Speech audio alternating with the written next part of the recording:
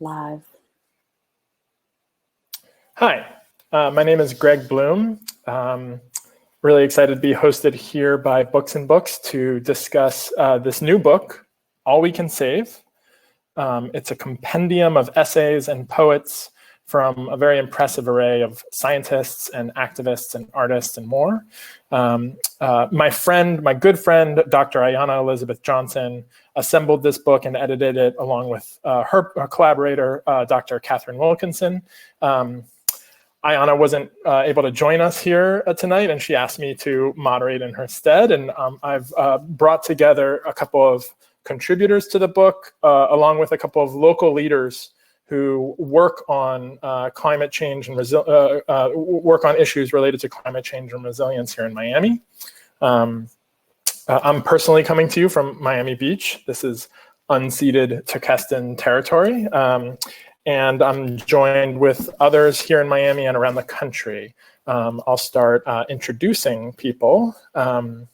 First, we'll hear an excerpt from the book. One of the standout essays, one of my favorite pieces, from Sarah Miller. Sarah is a writer who lives in Nevada County, California. And the book republishes her essay, Heaven or High Water. Here's Sarah joining us now from Nevada City, California. I just realized I called it Nevada County. It's Nevada City. Apologies. That's okay. So we'll hear an excerpt from this essay, Heaven or High Water, that Sarah contributed to the book shortly.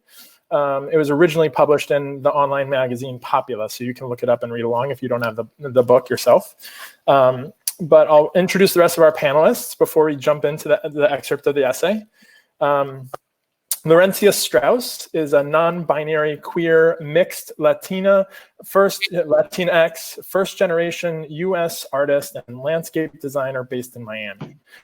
Their participatory projects, interventions, and community-based designs have been shared nationally and internationally as experiences of mutual vulnerability and care that challenge us to adapt towards a greater sense of interdependence. Amid social and environmental justice, their work attends to grief as a catalyst. Thank you for joining us, Laurencia. Yeah. I'll also introduce Jane Gilbert. Jane Gilbert, oh wait, I've lost Jane's bio. Let me see. Hi, Jane. Thank you for joining us. You don't need my bio. You can just. Okay. Jane was the former chief resilience officer for the city of Miami. Is that right, Jane? And I'll let you introduce the rest of yourself beyond that. I apologize. Thank you for joining us. I really appreciate your time, Jane. So first, actually, the editor of the book, Ayanna Johnson, co-hosts a podcast called How to Save a Planet. It's one of my favorite podcasts. I encourage everybody to take a look. And they just recently featured an excerpt, actually a reading from the essay that Sarah contributed. The reading was done by Julia Louis-Dreyfus of Seinfeld and Veep. And the very beginning of the narration struck me as a great way for us to start this discussion.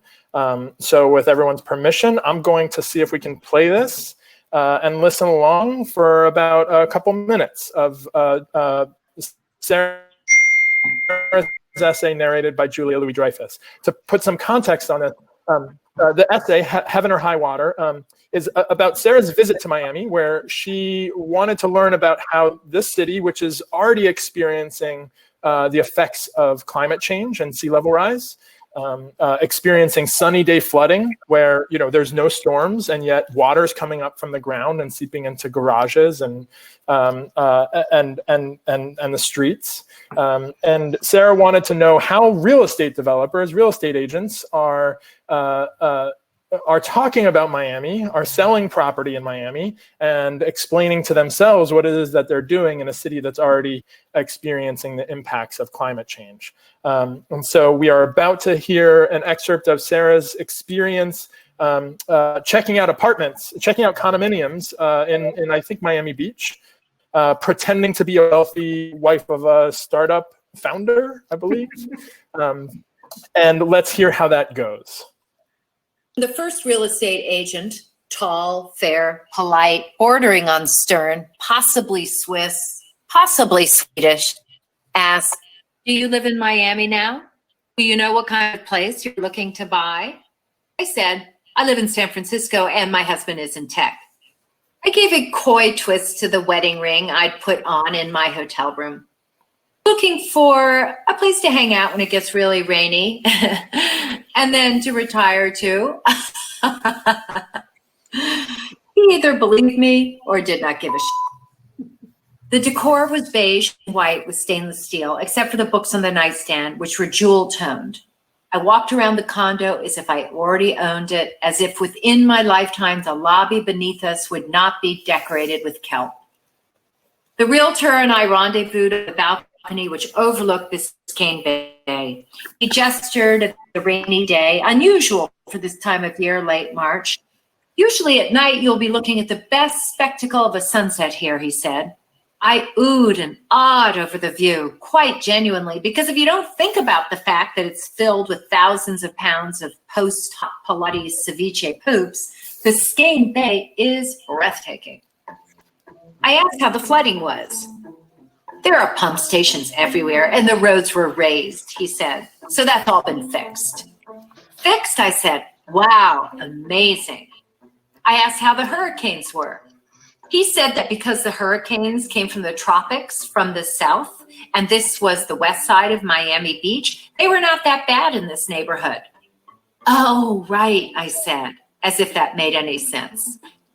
I asked him if he liked it here. "I love it," he said. "It is one of the most thriving cities in the country. It's growing rapidly."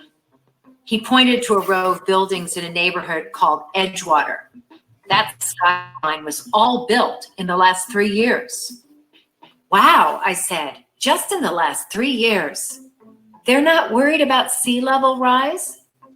"It's definitely something the city is trying to combat. They are fighting it by raising everything. But so far, it hasn't been an issue." I couldn't wait to steal this line slightly altered. "I'm afraid of dying, sure, but so far, it hasn't been an issue." All right. Thank you for that. The whole podcast, this is How to Save a Planet, is worth a listen. You can check out Sarah's essay. And we'll talk about it in just. And I actually think we've just been joined by another panelist, Janie Bavisi. So let's see if we can get Janie into the mix, and we'll have all of us here together. While we're waiting for Janie to be let in, Janie leads New York City's efforts to prepare for the impacts of climate change. I believe she's the director of the Office of New York City's Office of Resilience. And she's previously worked in New Orleans, Louisiana, and Honolulu, Hawaii. And she also has a contribution to the book about various cities' responses to sea level rise, sort of like the responses to Miami's situation that we just heard about. Here's Janie. Thank you so much for joining us. Thank you for your time.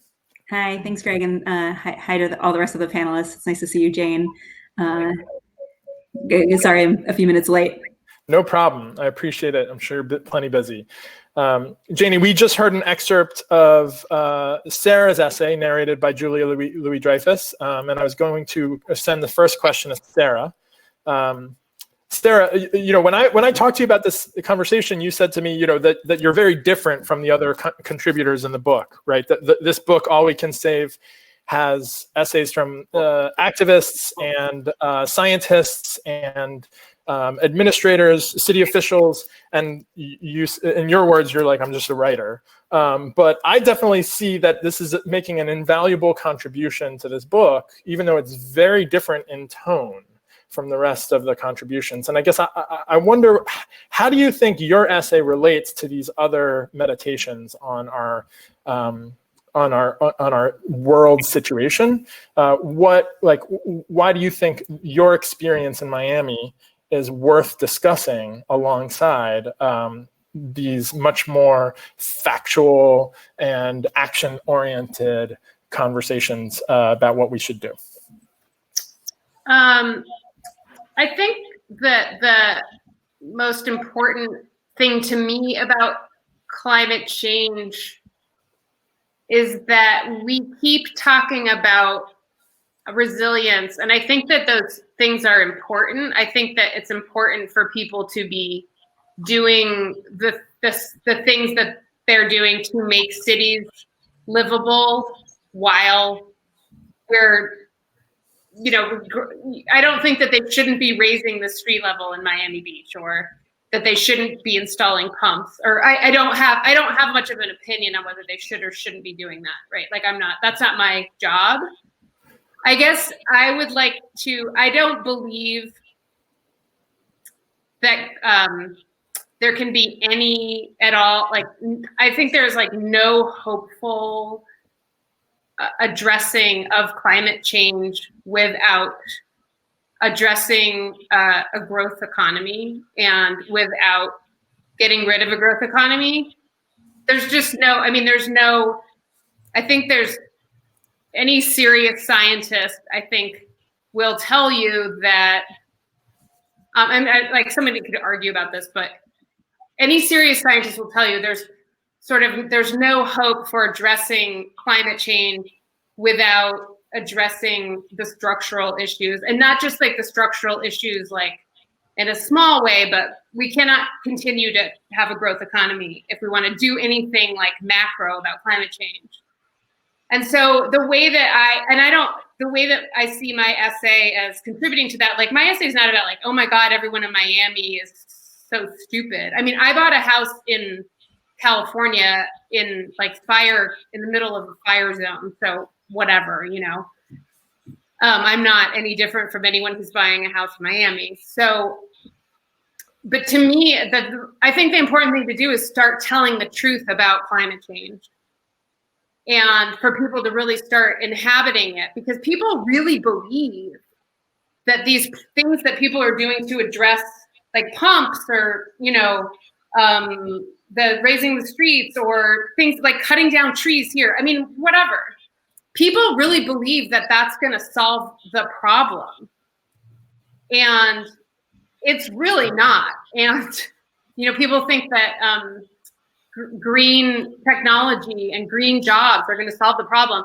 It is not going to solve the problem. So I just feel like the things that what I wrote, and then I wrote another piece for Commune reviewing Naomi Klein's work. I just see myself as sort of like, let's start telling the truth about how bad this is. And I don't think that people that work in resilience don't know that. I don't know. Some of them may and some of them may not. I don't know. But like, let's start having that conversation, because most people are not aware of the truth of the gravity of the situation. Yeah. Like but people are just living in a dream world. So I think on that note, I think my next question is for Jane, who very much lived in the real world of Miami. And I was thinking specifically of you, Jane, when I read this passage, because, the real estate agents in Sarah's essay, they're saying things are being taken care of, right? The city's initiatives to address sea level rise are, they're underway. And, Miami Beach is raising streets, it's installing pumps, right? This was the plan. They set out to, they made a plan, they achieved the plan. And the city of Miami then raised hundreds of millions of dollars in the Miami Forever Bond to do more of those kinds of projects. And so, the people in Sarah's essay are responding to Sarah's questions about like, what should we be worried about, seemingly in accordance with what the city wanted, which is for people to feel like there's a plan. Given I've seen how much work the city did put into those initiatives. So I wonder, how does it make you feel when you see these conversations among real estate agents being like, yeah, we're on the northwest side of of Miami Beach, and hurricanes come from the south and the east, so everything's fine. Yeah, that's quite disturbing to hear. Of course we want faith in government, and the real estate agent speaks overly faithful in some ways, but you know, we have to recognize, as Sarah does in her essay, of where their incentives are aligned, right? They're looking to sell property and they just want to give the most confident message possible. I don't know, maybe they do believe all that. Having worked with the chief resilience officer in Miami Beach, I mean, I don't think, and certainly I'll speak from my own experience, my goal is to absolutely, particularly for residents and business owners in the city, to really understand the risks and to really understand what's happening, but also to have as much, probably spend 2/3 of the time on what we can do about it and what the different solutions are, and work with them on solutions. We spent a lot of time in the development of the Climate Ready strategy in neighborhoods, sharing with people maps of sea level rise, storm surge risk, heat over time in their neighborhoods. Mm-hmm. And but we only spent the first, I would say, you know, not even third of the meeting on me orienting them on what climate change is and how it's impacting their city and their neighborhood. The majority of the meeting was around them talking about what they're most concerned about, and working with them on solutions and having a vision for where we're going. We can't we do need to, you know, that I always said my two enemies were denial and panic. You don't want either. You don't want people denying what's happening, whether it's you're denying climate change exists, which really doesn't happen here in Miami. But I felt like the real estate agent talk was a kind of denial, saying, oh, we're just solving the problem. No, this is an iterative process, as Janie mentions in her essay, that this is something that we have to look at. How do we adapt over time? So I now, in different audiences, when we're dealing with people from outside of the state, there was a lot of press around Miami just sinking, right? And that we're all just gonna, you know, that we're doomed, and doom and gloom, and a lot of, whether it's an international journalist or a national journalist, there's a lot of that. So part of our job is also to demonstrate that no, we have solutions, we do have plans, and that this isn't happening tomorrow. We have time. So I think those are the different ways that we looked at it. Great. Janie, Jane mentioned your contribution to the book, so I'll turn to you. You contributed an essay called A Tale of Three Cities. You have experienced in New Orleans, as well as in Honolulu, and now in New York City. And certainly New Orleans and New York City have had the experience of intense, you know, climate disaster, and Honolulu is also experiencing something similar to Miami, where they have to plan for a future that's increasingly, you know, increasingly difficult. And what are some lessons from those cities' experiences that you think we should be learning from and applying here in Miami? Sure. Let me just start by, you know, why I wrote my essay and some of the lessons that I hope to draw out. I think I'm less an expert in Miami, so I will probably defer to Jane on some of, you know, some of the lessons that I think that she thinks can be applied. But I think there are plenty of lessons about adaptation and resilience overall. I mean, you know, I think that a lot's written about particular cities. I think a lot less is written about the things that we can learn from multiple cities and the similarities and differences. And that's what I really wanted to do with my essay, just because I've had the privilege of working in multiple cities on these really tough issues. In New Orleans, the story was about equity. You know, the post-Katrina New Orleans rebuilding story, which has been told many different ways in many different places, I think really underscores the question about who the city was being rebuilt for. And I think, there were some real tensions around whether the city was going to take some drastic and transformational steps to prepare for the impacts of climate change, for additional impacts of climate change, and trying to get everyone back home, right? The tension was between those two things. And I think, what I'm hoping adaptation planners and resilience planners learn from that is that after a crisis is exactly the wrong time to plan for what the city will look like going forward. I think at that time, people just want things to get back to normal as quickly as possible. These extreme weather events are extremely disruptive. They upend lives, and people just want to go home. They want things to get back to normal. So those are really tough conversations to have in that moment. And ultimately, I didn't say it explicitly, but I think people know that ultimately those conversations were about racial equity at their heart. In Honolulu, you're right. The impacts that Honolulu is facing now, and the impacts that they're planning for, are much more about the chronic impacts of climate change, and they're not unlike what Miami is facing and what New York City is facing, and what New Orleans is facing, frankly, as well. I think we often pay attention to the extreme events. Those are the things that make news, but all of these cities are already facing the chronic impacts of climate change, whether it's sunny day flooding or regular tidal events, or extreme precipitation events or extreme heat events. But anyway, all that to say that, I was in Honolulu at a time when there were 2 hurricanes in the span of, I think, a week or 10 days that were near misses in Honolulu. And it just spurred a conversation about the impacts of climate change, especially to Waikiki Beach, which is such an important economic driver for the Honolulu economy, not only the city, but the state. And they're implementing some short-term adaptation measures, but even the short-term measures are so expensive. And then it just raises the question, how do you finance the long-term measures, and what do those long-term measures actually look like? And then in New York City, we have been able to, we have the capacity, the resources, and the resident demand to pursue some really transformational long-term solutions.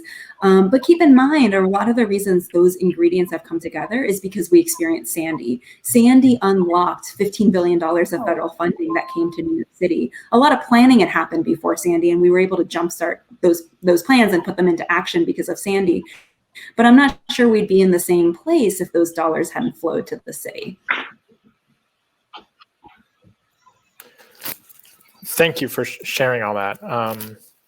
There's a lot to dig in here, but I also knew with Jane and Janie both in the panel that we'd have a very substantive and policy-oriented part of the panel, and I wanted to also balance this out with Laurencia. Laurencia is an artist who's local in Miami, and they're featured in actually a recent book that was also featured in Books and Books back in July. This is Disposable City by Mario Rizza. And Laurencia, you're featured in a section that I think, even though it's not about policy or sustainable financing, I think it's directly relevant to this conversation. It's a section called Solastalgia. And I wonder if you can define that word for us, and tell us how your work relates to that, and tell us how you think your work relates to this broader conversation that we've been having. Sure. So solastalgia is a term that Glenn Albrecht determined, and it means essentially a sense of homesickness while one is still at home. And Mario in the book writes a little bit more about the term, and I thought I'd quote him. And he says that whereas nostalgia can be comforting, solastalgia is meant to capture the sense of anxiety and powerlessness one feels as the landscape changes around you.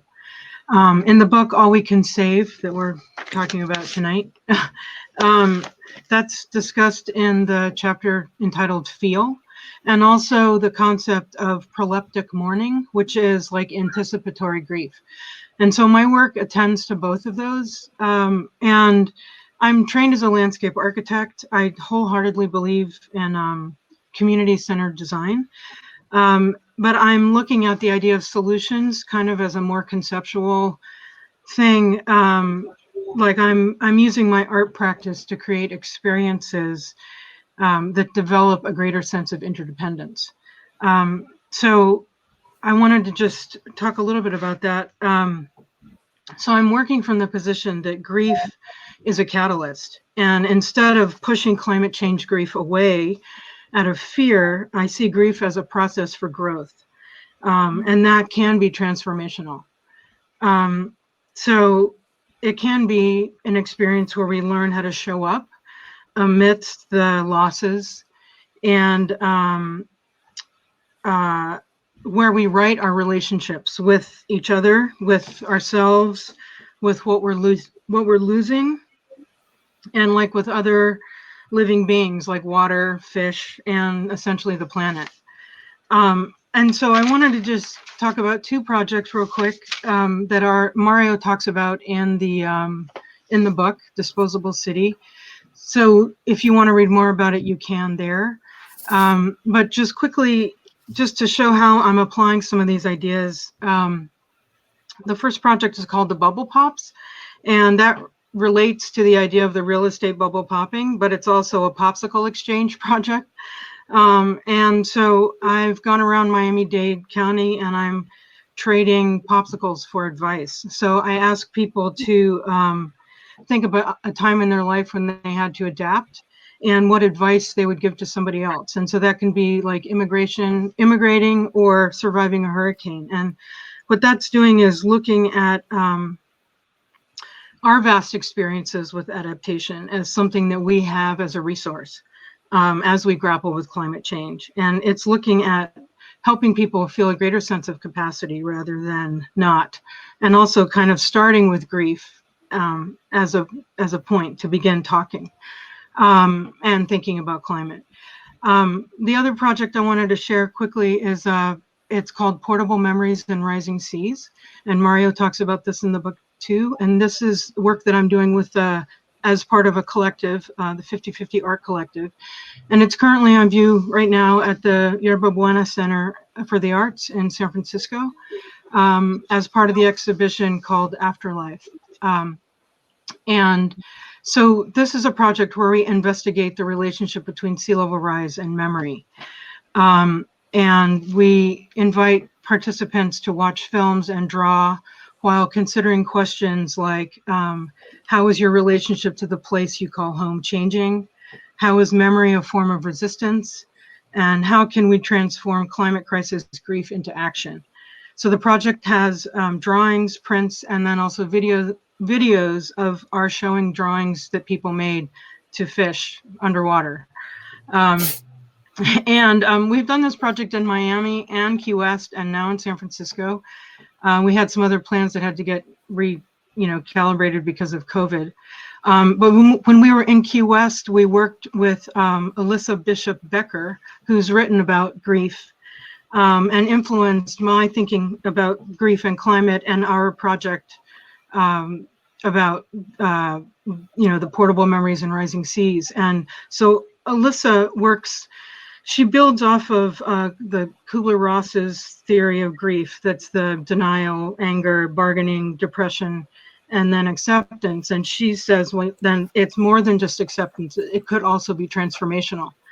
And I feel like that's really important for climate change, and we address this in our project, that grief is not the endpoint, but that it's a place to begin to lean into the courage to transform ourselves and our relationships.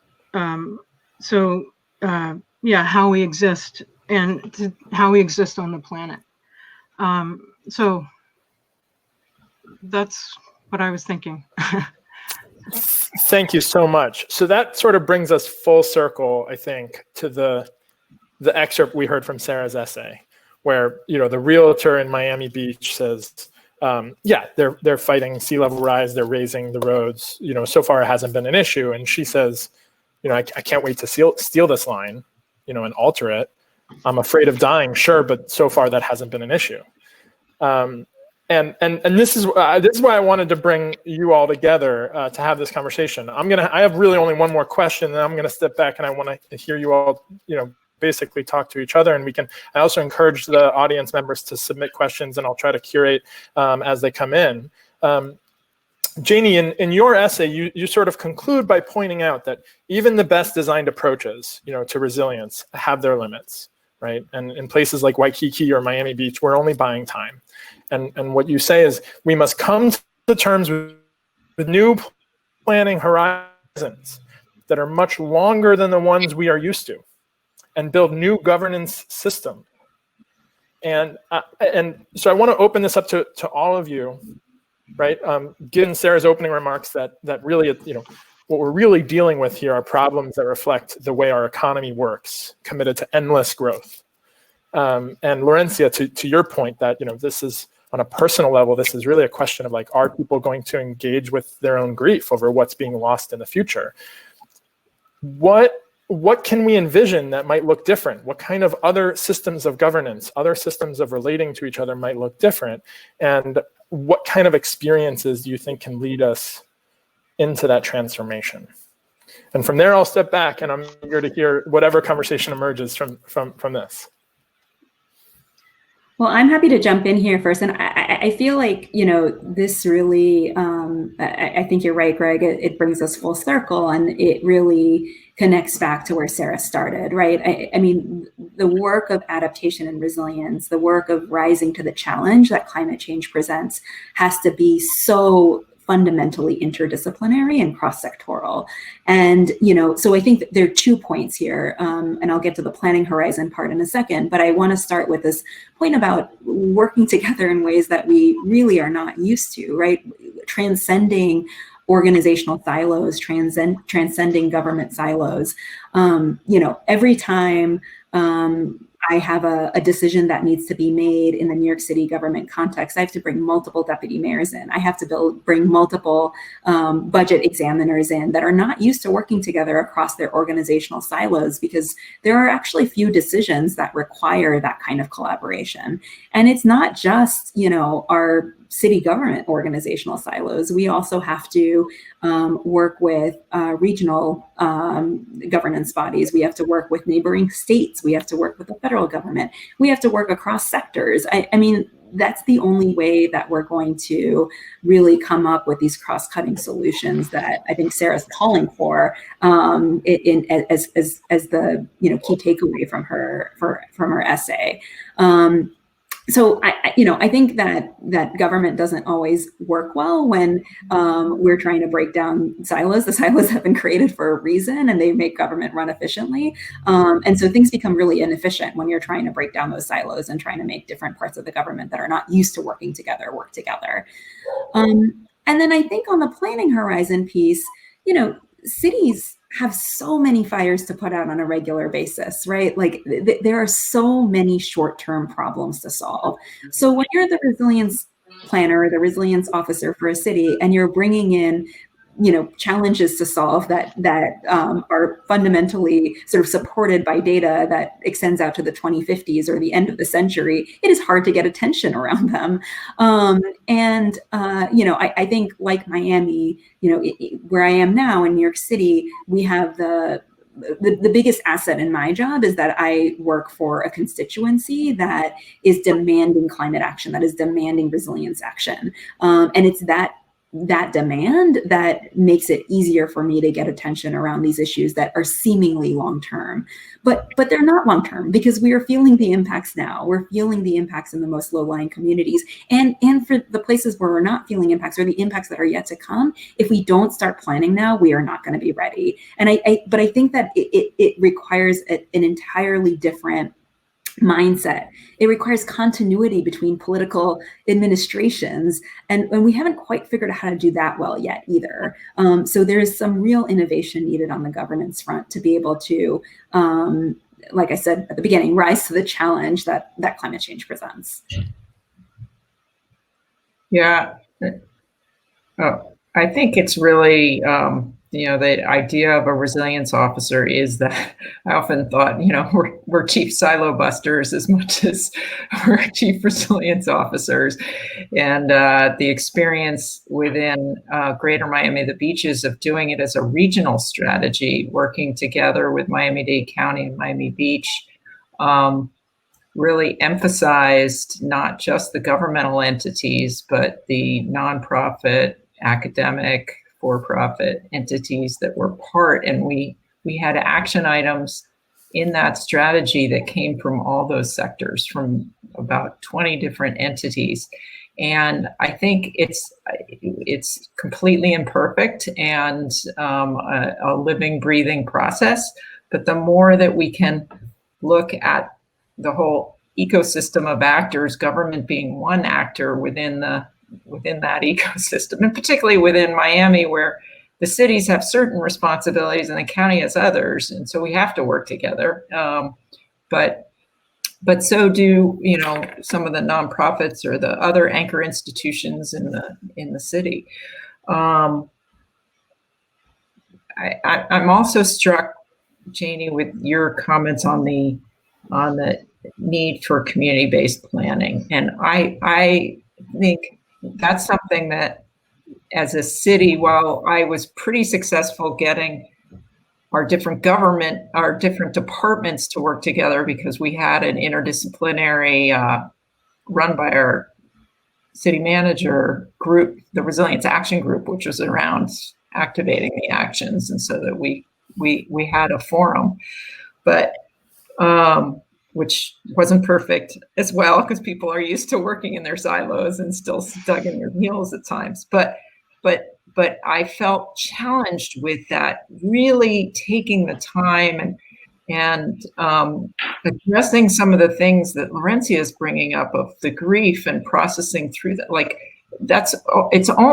people really do need to fully go through some of that to get to solutions that make sense over time, and not only the emotions, but good information that they can digest. And I found the capacity for the city to do that, was just not there.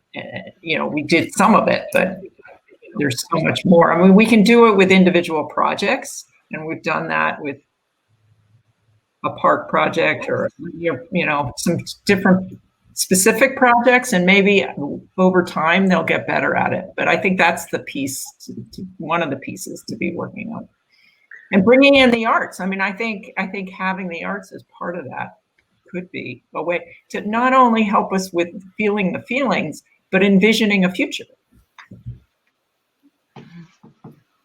As someone who I don't work in city government.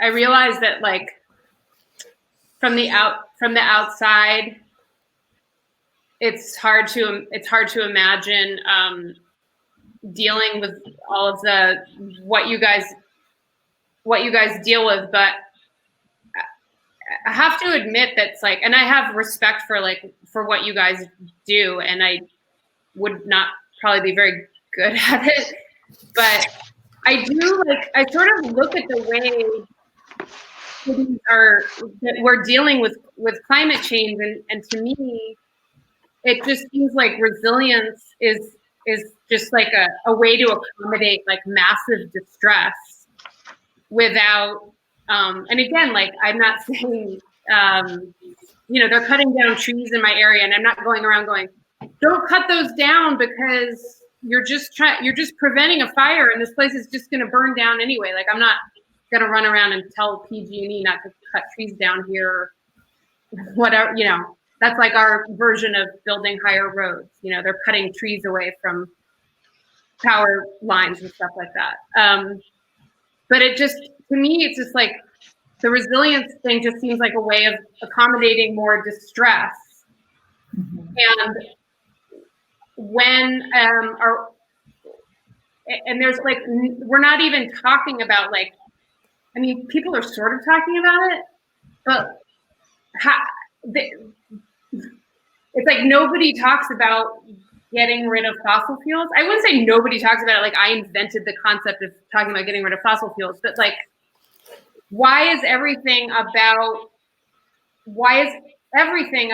resilience? And there's like no conception of us, there's no like hope of or conversation that we have to figure out a way to have an economy that doesn't force people to use fossil fuels. Because like as long as we have a competitive economy and as long as fossil fuels are the cheapest fuel that people are using, like we're basically just buying ourselves time, and we're not buying ourselves very much time. I mean, people keep saying, oh, climate change is going to be bad for your kids. It's like, well, climate change is bad for people now. Like it's bad. I mean, this summer in California was so awful. Like it was awful. And yeah, I just feel like unless we have, and again, I'm not like trying to say that what people are doing is not useful or helpful, but like I just don't see the point of anything except a conversation that's about figuring out how to, I don't see the point of like having the conversation about resilience. Like, why don't we figure out how to structurally change it? We have a conversation about resilience. And I guess you could say, well, that's not possible. But it's like, I guess if it's not possible, then like, I'm still not that interested in the conversation about resilience personally.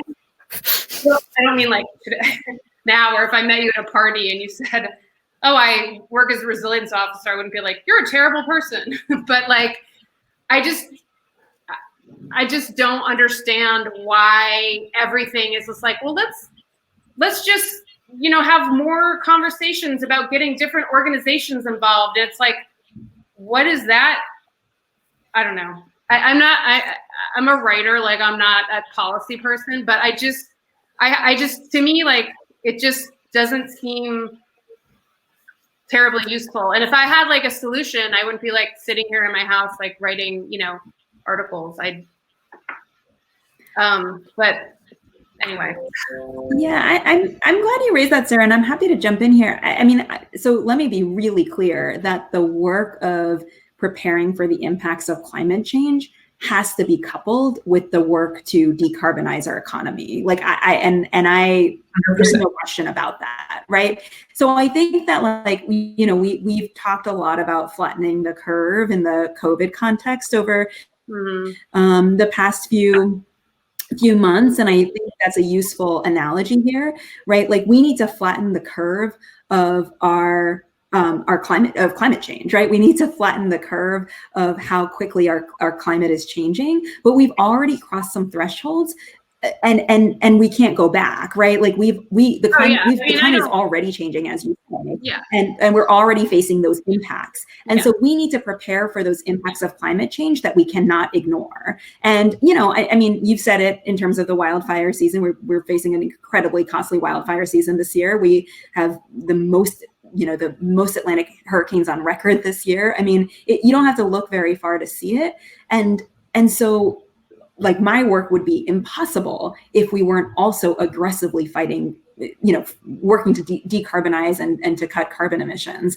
I would quit, like there's no question about it. There's no way to keep up with the rate of climate change, but there are impacts that we know are happening that we cannot ignore. And I do think that it is possible to transform the places we live to not only make our homes, our cities, our towns safer from those impacts of climate change, but also use those investments to improve quality of life, to make our cities more equitable. I think there is a transformational impact that I'm really interested in unlocking, and that's the work that I've been trying to do in the cities that I've worked in. Jane, I'm sure you have stuff to say about this too. Yeah.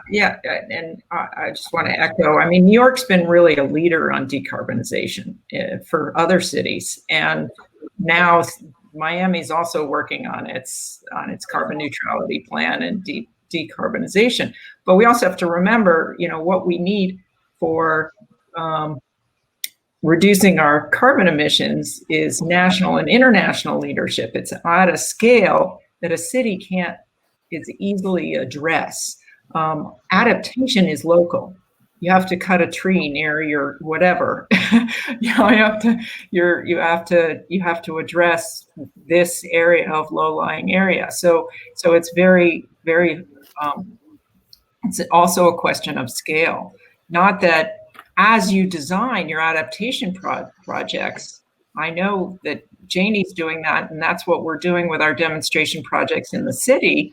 We're absolutely looking at low carbon sustainable solutions that also improve water quality, that have these multiple benefits, improve multimodal mobility, have whatever, charging stations, solar power, that it integrates both adaptation and carbon reduction in its solutions. You need both, and equity.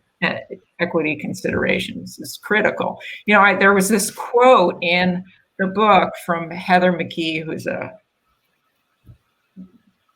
don't know, I think she's a political commentary, but inequality and climate change are the twin challenges of our time, and more democracy is the answer to both. And I couldn't agree more. I just think at all levels, we need more participation, more engagement. And they're so tied together, inequality and climate change. Well, I mean, the United States is a democracy, and it seems like even with solar power, we're just going to be mining, whatever minerals from Mongolia and, from our democracy is controlled by corporations. It's not a true democracy. Well, I can't debate whether or not the United States is a true democracy or not. But I guess when you say more democracy, I just feel like as long as it's as long as I just feel like as long as we have a competitive economy, there's just no hope for any of this stuff. So again, I don't think that we shouldn't do anything, but I'm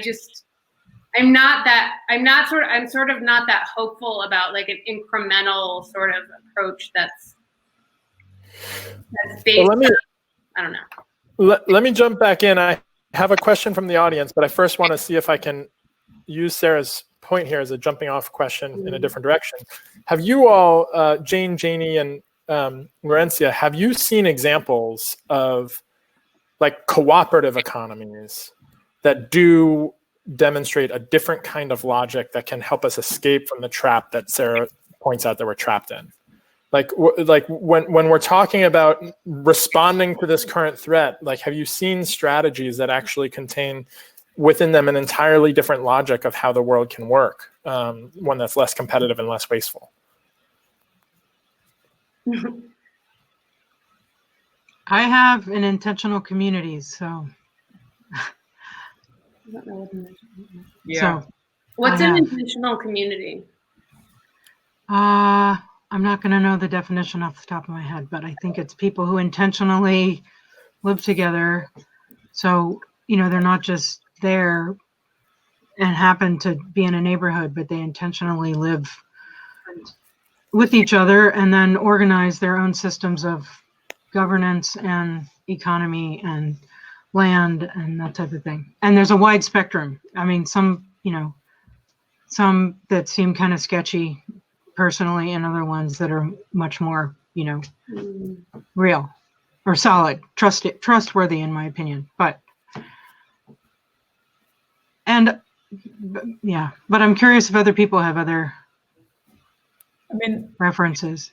There's small examples, but they're captured within our current larger economic context, whether it's a workers' co-op or sort of local bartering economies, local currencies, where people are really, sharing goods and services just amongst each other. And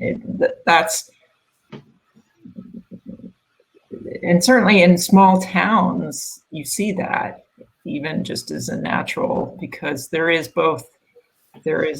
we're operating within this larger competitive economy, but there is that cooperation and caring that happens when you have those real relationships of, my neighbor lost his job, we're going to cook extra.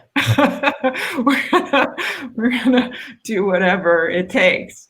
And so I think there's small examples, but is it on a system-wide basis? I can't come up with one that I think is successful.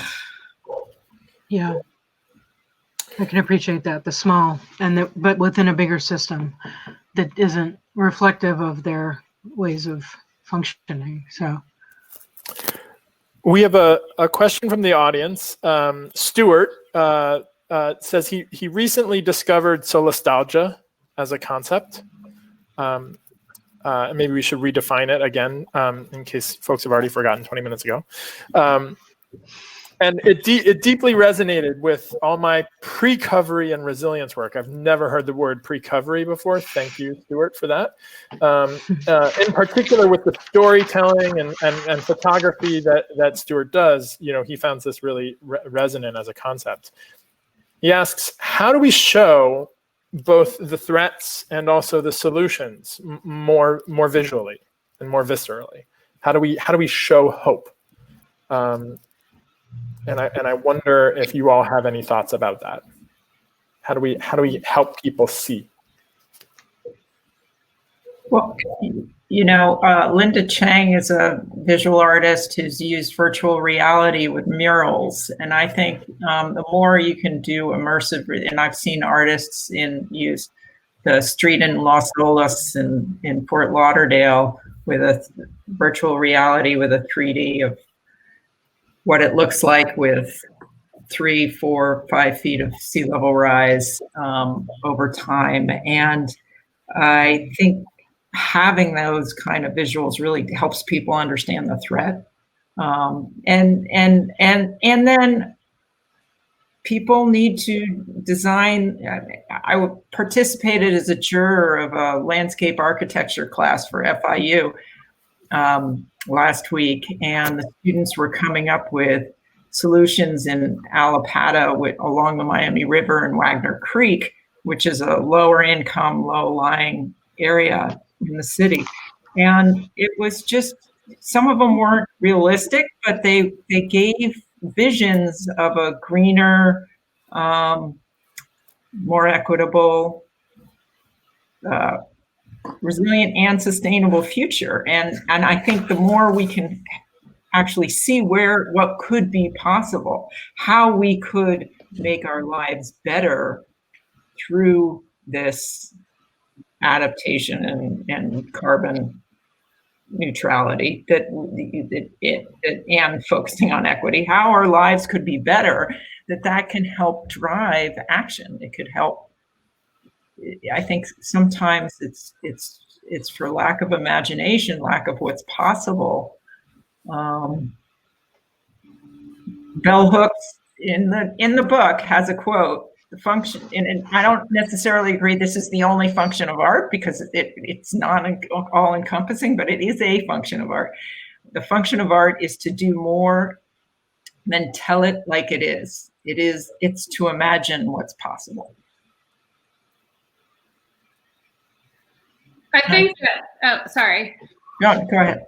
I think that just the images that people see from the uprisings this summer and seeing police precincts burn down and is like a really great visual for like what people should do about climate change.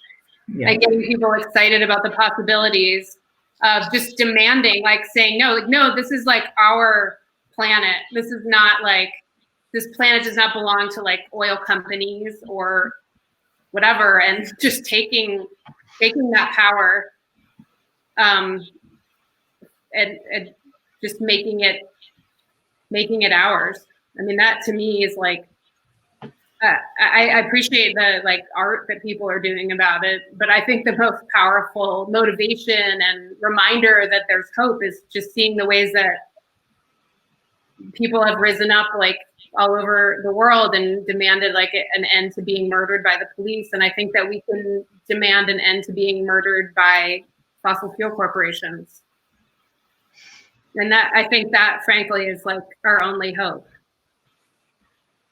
And I appreciate the work that other people are doing. And I certainly I think Miami is like a beautiful city and I really loved visiting it. And I look forward to visiting it again and walking on its raised sidewalks. But my, it's like, seriously, I can't wait to do that again. Although I don't know if I can ever fly again. Even though it doesn't matter, I don't feel like it matters if I fly again or not, but I just don't know if I can ever do it. But I do, anyway, I think that sort of a rebellion is about the only hope we have for survival as the survival of the human race. There's a lot of local agriculture projects that I think are very hopeful, where people are growing food and sharing traditions, passing on that knowledge. So those types of things give me a lot of hope.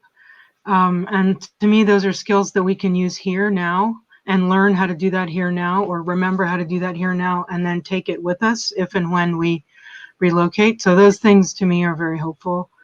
And I wanted to comment about the road raising and the tree cutting. So I think that that's largely psychological because it's about, helping people feel a sense of control. And also, I think actually when streets are repaved, it's like remarkable how happy it makes people because I think it's psychological. So, and I think that working at both strategies, like the short term and the long term, is important because the long term people will give up, and so I think some of those smaller strategies are important. Some of it's psychological and then some of it is actually important. Raising the roads, in my mind, just helps people drive more, where instead of coming up with an alternative or innovative type of strategy. So I don't think personally, I'm not in favor for that, but I think that's what that's getting at, is just trying to appease people's freak out level largely, right? But it should happen in tandem with the longer term for sure.